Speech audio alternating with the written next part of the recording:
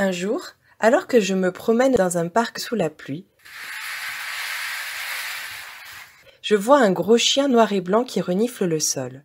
Je m'approche de lui et remarque qu'il parle à une limace qui pleure. « Que se passe-t-il ? Pourquoi tu pleures, petite limace ?»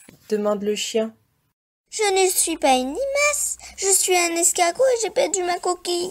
Maintenant, j'ai plus rien pour me protéger de la pluie. » dit l'escargot. « Oh, je vais t'aider, on va la chercher ensemble !» dit le chien. Je décide de les aider. « Bonjour, je vous ai entendu parler, j'aimerais bien chercher la coquille moi aussi. » « Est-ce que tu sais où tu l'as perdue ?»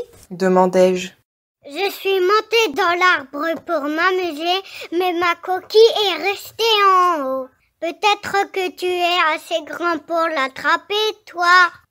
répond l'escargot. « Oui, laisse-moi essayer. » répondis-je. Je grimpe à l'arbre et aperçois la coquille sur une branche. Je tends le bras pour l'attraper quand soudain, un oiseau me la prend des mains et s'envole.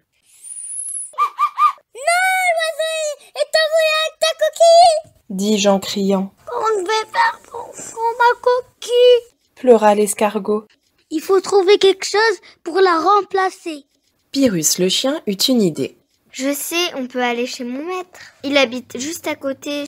Suivez-moi. » Je prends Momo l'escargot dans une main et le protège de la pluie avec l'autre main. Nous partons tous les trois. Quand Pyrrhus nous annonce que nous sommes arrivés, je lève la tête et vois. « Waouh! Un château fort! C'est ta maison ?» dit l'escargot. « Oui, je vis ici avec mon maître.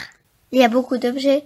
Je suis sûre qu'on va trouver quelque chose pour t'aider. » Après avoir exploré tout le château à la recherche d'objets pour remplacer la coquille de Momo, nous nous regroupons pour faire des essayages. Nous avons un pétale de rose pris d'un bouquet sur la table du salon, un parapluie de poupée trouvé dans une chambre d'enfant et un coquillage que le maître de Pyrrhus avait ramené de voyage. Momo l'escargot essaye en premier le pétale. « C'est joli, mais ça n'a pas l'air bien protégé de la pluie. » dit Pyrrhus le chien.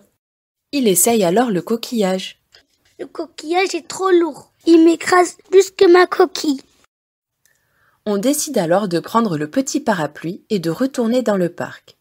Une fois dehors, la pluie s'est arrêtée. Momo nous demande de le raccompagner près de son arbre. Je dépose alors Momo sur une branche et lui tends son parapluie. « Mince, je ne peux pas le tenir tout seul. Il va falloir trouver autre chose. » dit Momo. Pyrrhus fait le tour de l'arbre en reniflant le sol quand soudain... « Aïe! J'ai marché sur quelque chose de piquant. » dit Pyrrhus en secouant sa patte. « Qu'est-ce que c'est ?» demande Momo. Je me rapproche et regarde de plus près. « C'est une bogue de châtaigne. Regardez, elle est tombée de cet arbre. »« Mais oui! C'est un châtaignier !» s'aperçoit Pyrrhus.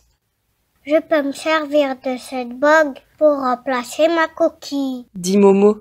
« Bonne idée. Elle est encore mieux que celle que tu avais. Tu ressembles à un petit hérisson avec. » « Oui! Maintenant qu'il y a une coquille qui pique. » dit Momo en mettant la bogue sur son dos. « Celle-là, personne ne la volera. » dit Pyrrhus. Il teste et adopte sa nouvelle coquille. Nous nous félicitons d'avoir finalement trouvé une solution pour Momo. À son retour dans la forêt, Momo est parfois moqué de ses camarades, et certains le traitent même d'hérisson.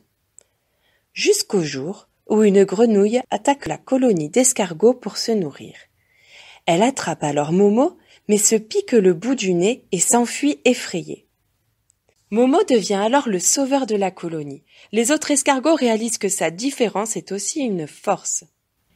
L'histoire de Momo et sa coquille qui pique se répand dans toute la forêt. Et bientôt, d'autres escargots qui avaient eux aussi perdu leur coquille décident d'utiliser une bogue pour se protéger de la pluie et défendre leur colonie.